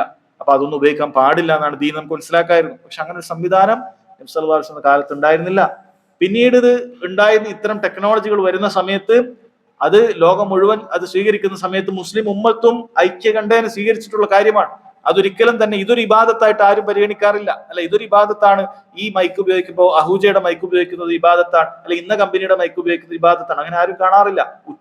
ഉച്ചത്തിൽ നമ്മുടെ കാര്യങ്ങൾ എത്തിക്കുക, ഹൈറ് ഉച്ചത്തിൽ എത്തിക്കുക എന്നത് മാത്രമാണ് ഉദ്ദേശിക്കുന്നത്. അതുകൊണ്ട് ഇതിലൂടെ എന്ത് ഉച്ചത്തിൽ എത്തിക്കുന്നു എന്നതിന്റെ അടിസ്ഥാനത്തിലാണ് സുന്നത്താണോ ബിദഅത്താണോ എന്ന് അറിയിക്കപ്പെടുന്നത്. ബാങ്ക് അത് ഉച്ചത്തിൽ എത്തിച്ചാൽ അത് സുന്നത്താണ് നമ്മൾ പറയും. അതുപോലെ തന്നെ ഇത്തരം പ്രഭാഷണങ്ങളും ഖുതുബകളും ഒക്കെ ഉച്ചത്തിൽ എത്തിക്കാനാണെങ്കിൽ നമ്മൾ അത് സുന്നത്താണ് എന്ന് പറയും. അതിന് മസാലിഹിൽ മുർസലാണ്, സഹായകമാകുന്ന കാര്യമാണ്. എന്നാൽ ഇതിലൂടെ ഒരാള് ബിദഅത്തുകളായ റാത്തീബുകളും അതേപോലെയുള്ള മൗലൂദുകളൊക്കെയാണ് ഈ മൈക്ക് കെട്ടി പാരായണം ചെയ്യുന്നുണ്ടെങ്കിലോ നമ്മൾ പറയും ഇത് ബിദഅത്താണ്. ഈ മസാലിഹിൽ മുർസല അവർ ബിദഅത്തുകൾക്കാണ് ഉപയോഗിക്കുന്നത്. അതിലൂടെ പുറത്തു വരുന്ന കാര്യം ബിദഅത്താണ് എന്ന് നമുക്ക് പറയാൻ സാധിക്കും. അതുപോലെ സഹോദരങ്ങളെ, നബി സല്ലല്ലാഹു അലൈഹി വസല്ലമയുടെ കാലഘട്ടത്തിൽ നമ്മൾ ഇന്ന് കാണുന്നത് പോലെ മുസ്ഹഫുകൾ ഇങ്ങനെ 30 ജുസ്ഇന്റെ ബൈൻഡ് അന്ന് ഉണ്ടായിരുന്നില്ല. അല്ലെ, 30 ജുസും ഇങ്ങനെ കൃത്യമായി ബൈൻഡ് ചെയ്ത് ഇന്ന് കാണുന്നത് പോലെ മദീന മുസ്ഹഫ് എന്ന് പറഞ്ഞിട്ട് അന്ന് മദീനയിൽ പ്രിന്റ് ചെയ്തിട്ടില്ല. കാരണം എന്താണ്? നബി സല്ലല്ലാഹു അലൈഹി വസല്ലമയുടെ കാലഘട്ടത്തിൽ ഇങ്ങനെ ഖുർആൻ അവതരിച്ചുകൊണ്ടേയിരിക്കുകയാണ്. 25 വർഷക്കാലത്ത് അവതരിച്ചുകൊണ്ടേയിരിക്കുകയാണ്. സഹാബികൾ പലരും ഈന്തപ്പന ഓലയിൽ എഴുതിയ ആളുകളുണ്ട്, അവരുടെ കയ്യിൽ ചില ഏടുകൾ ഉണ്ടാകും. അതേപോലെ കല്ലുകളിൽ എഴുതിയ ആളുകളുണ്ട്, തോലുകളിലൊക്കെ എഴുതിയ ആളുകളുണ്ട്. അതുപോലെ അവരുടെ പ്രധാനപ്പെട്ട ശൈലി എന്ന് പറയുന്നത് അത് അതേപോലെ തന്നെ ഹിഫ്ളാക്കുക, മനപ്പാടമാക്കുക എന്നുള്ളതാണ്. അതുകൊണ്ട് തന്നെ അന്ന് ഇതൊരു ഈ രൂപത്തിൽ 30 ജുസ് ആയി ഇങ്ങനെ കൊണ്ടു നടക്കുക എന്നുള്ളൊരു ആവശ്യം അന്ന് നിലനിന്നിരുന്നില്ല എന്ന് മനസ്സിലാക്കാൻ സാധിക്കും. പിന്നീട് സഹോദരങ്ങളെ, അബൂബക്കർ റളിയല്ലാഹു അൻഹു കാലഘട്ടമായപ്പോൾ ഖുർആൻ മനപ്പാടമുള്ള ഒരുപാട് സഹാബികൾ യുദ്ധത്തിലും മറ്റും കൊല്ലപ്പെടുകയുണ്ടായി. അങ്ങനെ മുസ്ഹഫുകള് അത് ഹാഫിളീങ്ങളായ ആളുകൾ മരണപ്പെട്ടപ്പോൾ അടുത്ത ആളുകൾക്ക് പഠിപ്പിക്കാൻ വേണ്ടി, ജനങ്ങൾക്ക് പഠിപ്പിക്കാൻ വേണ്ടി അവർക്ക് പാരായണം ചെയ്യാനുള്ള ഖുർആനുകൾ ഇല്ലാതായപ്പോൾ മുസ്ലിമീങ്ങൾ വർദ്ധിക്കുകയും ചെയ്തപ്പോൾ എന്ത് ചെയ്തു? മുസ്ഹഫുകളെ ക്രോഡീകരിക്കേണ്ടതുണ്ട് എന്ന് മഹാനായ അബൂബക്കർ സിദ്ദീഖ് റളിയല്ലാഹു അൻഹു തീരുമാനിക്കുകയും അദ്ദേഹം ഉമർ ഇബ്നുൽ ഖത്താബിനെയും സെയ്ദ് ബിൻ സാബിത്ത് റളിയല്ലാഹു അൻഹുവിനെയൊക്കെ വിളിക്കുകയും ചർച്ച ചെയ്യുകയും അങ്ങനെയാണ് ഇന്ന് കാണുന്ന രൂപത്തിൽ ആദ്യമായി മുസ്ഹഫ് എന്ത് ചെയ്യുന്നത്? ക്രോഡീകരിക്കുന്നത്. ആദ്യമായി മുസ്ഹഫ് ക്രോഡീകരിക്കുന്നത്. അതിന് ബിദ്അത്ത് എന്ന് ആരും പറയുകയില്ല. കാരണം എന്തുകൊണ്ടാണ്? നബി സല്ലല്ലാഹു അലൈഹി വസല്ലം കാലത്ത് അതിന്റെ ആവശ്യം ഉണ്ടായിരുന്നില്ല.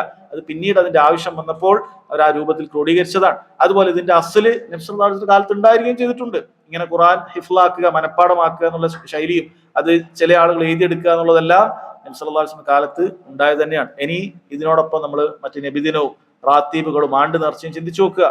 ഇതെന്തെങ്കിലും ഈ പറയുന്ന ഏതെങ്കിലുമൊക്കെ കാര്യം സഹോദരങ്ങളെ അന്ന് ഉണ്ടായ എന്തെങ്കിലുമൊക്കെ ഒരു സംവിധാനം ഇല്ലാത്തത് കൊണ്ടോ, ഒരു ടെക്നോളജി ഇല്ലാത്തത് കൊണ്ടോ, അല്ലെങ്കിൽ അന്ന് ആവശ്യമില്ലാത്തത് കൊണ്ടോ, അന്ന് ആവശ്യം ഉണ്ടായിട്ട് ഒഴിവാക്കിയതോ അങ്ങനെ ഒരു കാര്യമേ അല്ല. നബിദിനെ എടുത്തു നോക്കുക, ഒരു ഉദാഹരണമായിട്ട് നബിദിനെ എടുത്തു നോക്കുക. നബി സല്ലല്ലാഹു അലൈഹി വസല്ലം സ്നേഹം അന്നും ഉണ്ട്. നബി സല്ലല്ലാഹു അലൈഹി വസല്ലം സ്നേഹിക്കാൻ അന്നും പറഞ്ഞിട്ടുണ്ട്. അല്ല, ലോകത്ത് ഏറ്റവും കൂടുതൽ നബി സല്ലല്ലാഹു അലൈഹി വസല്ലം സ്നേഹിച്ചത് അവിടുത്തെ സഹാബികളാണ്. അതിൽ ആർക്കും സംശയമില്ല.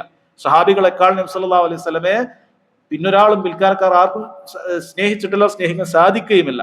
അവർ അവരുടെ ശരീരം അല്ലാഹു റസൂൽ സല്ലല്ലാഹു അലൈഹി വസല്ലമക്ക് വേണ്ടി കൊടുത്തതാണ്. ആ ഭാഗ്യം പിന്നീട് ഒരാൾക്കും ലഭിച്ചിട്ടില്ല, ലഭിക്കുകയുമില്ല. അപ്പൊ അങ്ങനെയുള്ള സഹാബികൾ അവർക്കൊരു നബിദിനം കഴിക്കുന്നതിന് വേണ്ടി എന്തെങ്കിലുമൊക്കെ ഒരു ടെക്നോളജിയുടെ കുറവുണ്ടോ? ഇന്ന് മൈക്ക് കണ്ടുപിടിക്കേണ്ടത് പോലെ എന്തെങ്കിലും കണ്ടുപിടിക്കാത്തത് കൊണ്ടാണ് അത് കഴിക്കാൻ പറ്റാത്തത് എന്ന് പറയാൻ സാധിക്കുമോ? ഇല്ല. അവർക്ക് വേണമെങ്കിൽ ഒരു മധുര പലഹാരം നൽകിക്കൊണ്ട്, ഒരു ഈത്തപ്പഴമെങ്കിലും നൽകിക്കൊണ്ട് എന്ത് ചെയ്യാൻ പറ്റും? അവർക്കത് ആചരിക്കാൻ പറ്റും.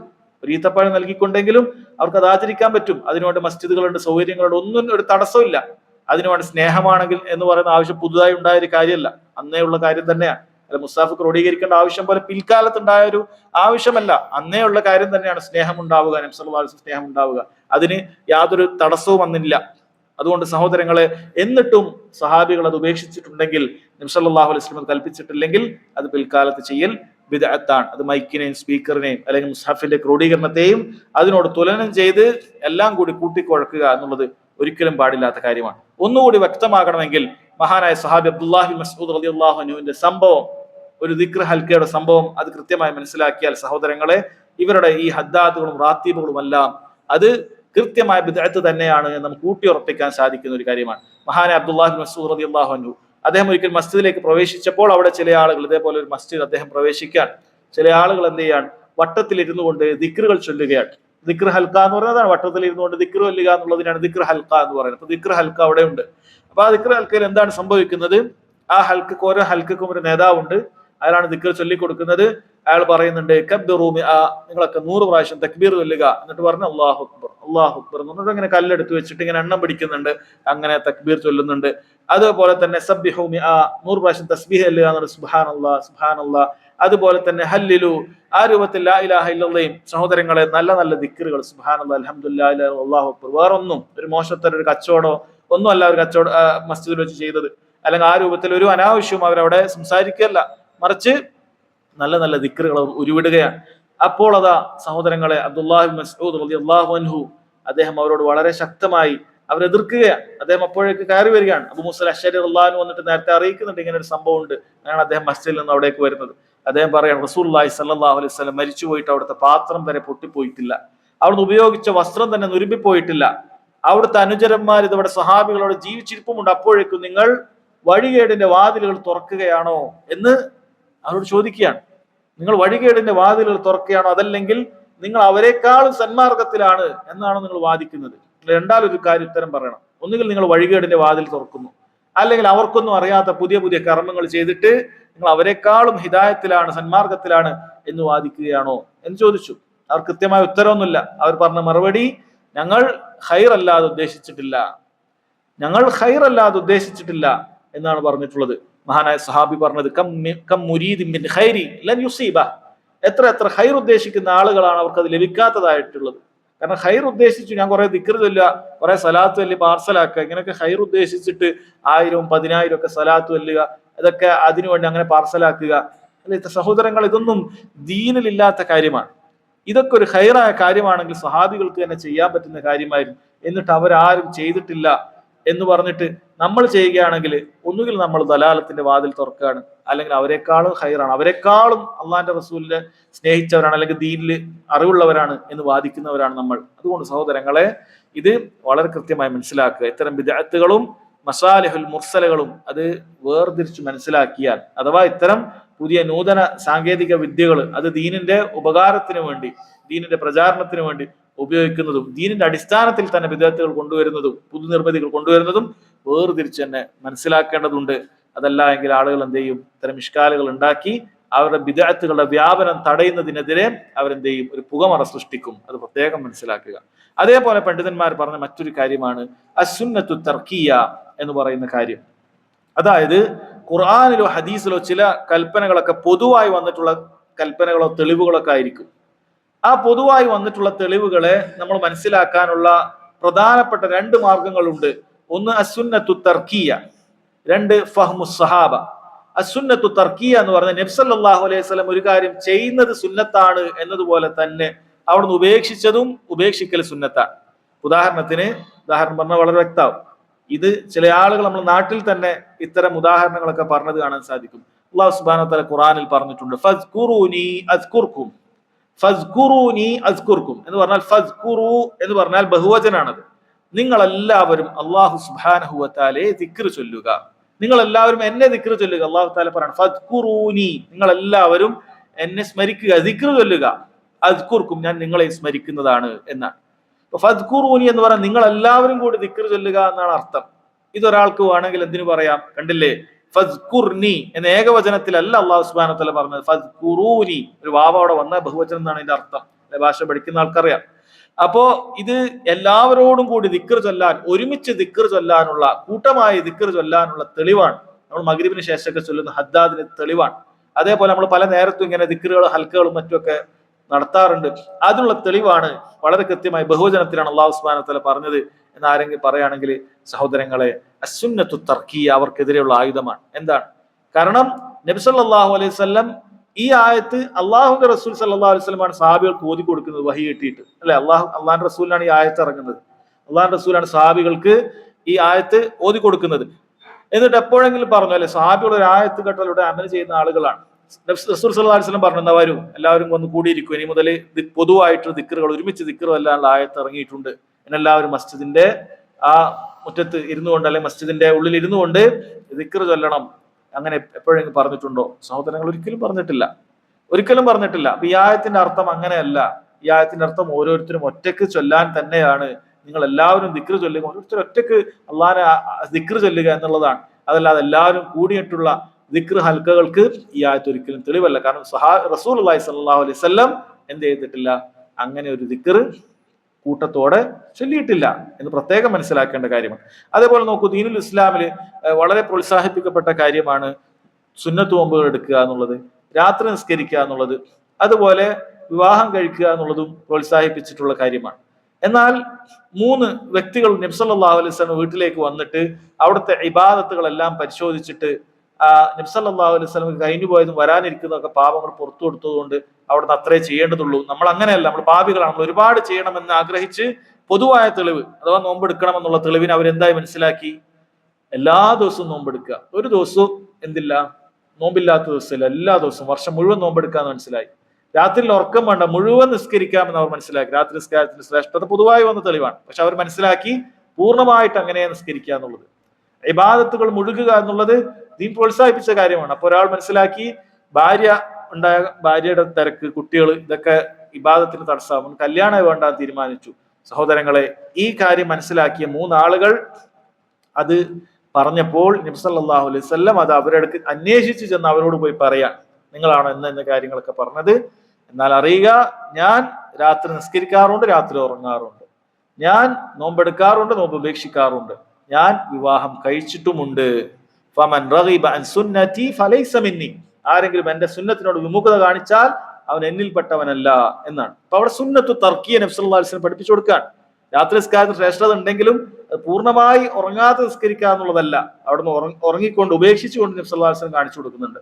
സുന്നത്ത് നോമ്പിന് പ്രതിഫലം ഉണ്ടെങ്കിലും വർഷം മുഴുവനും നോമ്പെടുക്കുക എന്നുള്ളതല്ല, ചിലത് ഒഴിവാക്കിക്കൊണ്ട് നബി സല്ലല്ലാഹു അലൈഹി വസല്ലം കാണിച്ചു തന്നിട്ടുണ്ട്. അപ്പൊ വളരെ കൃത്യമായി സഹോദരങ്ങളെ നബി സല്ലല്ലാഹു അലൈഹി വസല്ലം അത് പഠിപ്പിക്കുകയാണ്. ഈ പറഞ്ഞ 3 ആളുകളുടെ നല്ല ചിന്തയോ നല്ല ആഗ്രഹത്തോടു കൂടിയാണ്, അള്ളാഹുവിലേക്ക് അടുക്കാനല്ലേ, ഇതൊന്നും നബി സല്ലല്ലാഹു അലൈഹി വസല്ലം പരിഗണിക്കുന്നില്ല. ഈ ബിദഅത്തുകൾ ചെയ്യുന്ന ആളുകളൊക്കെ എപ്പോഴും ഇതൊക്കെയാണ് ന്യായമായി പറയാനുള്ളത്. അപ്പൊ അവർ ചിന്തിക്കേണ്ട കാര്യമാണ്, ഇതൊന്നും അള്ളാഹു റസൂൽ സല്ലല്ലാഹു അലൈഹി വസല്ലം പരിഗണിച്ചിട്ടില്ല. കാരണം അവിടുന്ന് കാണിച്ചു തരാത്ത മാതൃക അവർ ചെയ്തു എന്നുള്ളത് മാത്രമാണ് നബി സല്ലല്ലാഹു അലൈഹി വസല്ലം പരിഗണിച്ചത്. അതുകൊണ്ടാണ് അവരോട് അത് വിമർശിച്ചത് എന്ന് മനസ്സിലാക്കുക. അതുപോലെ സഹോദരങ്ങളെ, മനസ്സിലാക്കേണ്ട കാര്യമാണ് ഫഹ്മുസ് സ്വഹാബ, സ്വഹാബികൾ കാര്യങ്ങൾ മനസ്സിലാക്കിയിട്ടുണ്ടോ എന്നുള്ളത്. കാരണം സ്വഹാബികളുടെ മനസ്സിലാക്കൽ അത് ദീനിൽ തെളിവാണ്. നബി സല്ലല്ലാഹു അലൈഹി വസല്ലം ഫിത്നകൾ ഉണ്ടാകുമ്പോൾ, വർദ്ധിച്ചു വരുന്ന അഭിപ്രായ വ്യത്യാസങ്ങൾ ഉമ്മത്തിൽ ഉണ്ടാകുമ്പോൾ അവിടുന്ന് പറഞ്ഞത് അലൈക്കും ബിസുന്നതി വസുന്നത്തിൽ ഖുലഫാഇർ റാഷിദീൻ അൽ മഹ്ദിയീൻ അദ്ദു അലൈഹാ ബിന്നവാജിദ് വഇയ്യാകും വൽ മുഹ്ദസാത്തിൽ ഉമൂർ. ഒരുപാട് അഭിപ്രായ വ്യത്യാസങ്ങളൊക്കെ വരുമ്പോൾ, വ്യത്യസ്ത കക്ഷികൾ വരുമ്പോൾ നബി സല്ലല്ലാഹു അലൈഹി വസല്ലം പറഞ്ഞു, നിങ്ങൾ എന്റെ സുന്നത്തും എന്റെ സച്ചരിതരായ സന്മാർഗികളായ സ്വഹാബികളുടെ ഖുലഫാക്കളുടെ സുന്നത്തും പിൻപറ്റുക എന്നാണ് നബി സല്ലല്ലാഹു അലൈഹി വസല്ലം പറഞ്ഞത്. അത് മുറുകെ പിടിക്കാനാണ് പറഞ്ഞിട്ടുള്ളത്. അതാണ് നബി സല്ലല്ലാഹു അലൈഹി വസല്ലം പറഞ്ഞിട്ടുള്ളത്. പുതുതായി ഉണ്ടാകുന്ന, എനിക്കോ എന്റെ സുന്നത്തിലോ സഹാബികളുടെ മനസ്സിലാക്കലിലോ അവരുടെ പ്രവർത്തികളിലോ ഇല്ലാത്ത പുതുതായി ഉണ്ടാക്കുന്ന കാര്യങ്ങളെല്ലാം നബി സല്ലല്ലാഹു അലൈഹി വസല്ലം അവിടെ സഹോദരങ്ങളെ ഒഴിവാക്കാൻ വേണ്ടി പറഞ്ഞിരിക്കുകയാണ്. ഇത് ബിദ്അത്തുകളുമായി ബന്ധപ്പെട്ട ഈ ഹദീസ് പഠിക്കുന്ന സമയത്ത് ഇത്തരം കാര്യങ്ങൾ കൂടി നമ്മൾ ശരിക്കും മനസ്സിലാക്കി കഴിഞ്ഞാൽ നമ്മൾ വളരെ നസീഹത്തോടുകൂടി ബിദ്അത്തുകൾക്കെതിരെ പറഞ്ഞു കൊടുക്കുമ്പോൾ അവരുണ്ടാക്കി വിടുന്ന ഇത്തരം ഇഷ്കാലുകളെ നമുക്ക് പ്രതിരോധിക്കാൻ ഏറെക്കുറെ സാധിക്കും. അല്ലാഹു സുബ്ഹാനഹു വ തആല കാര്യങ്ങൾ മനസ്സിലാക്കാനുള്ള തൗഫീഖ് ചെയ്യുമാറാകട്ടെ.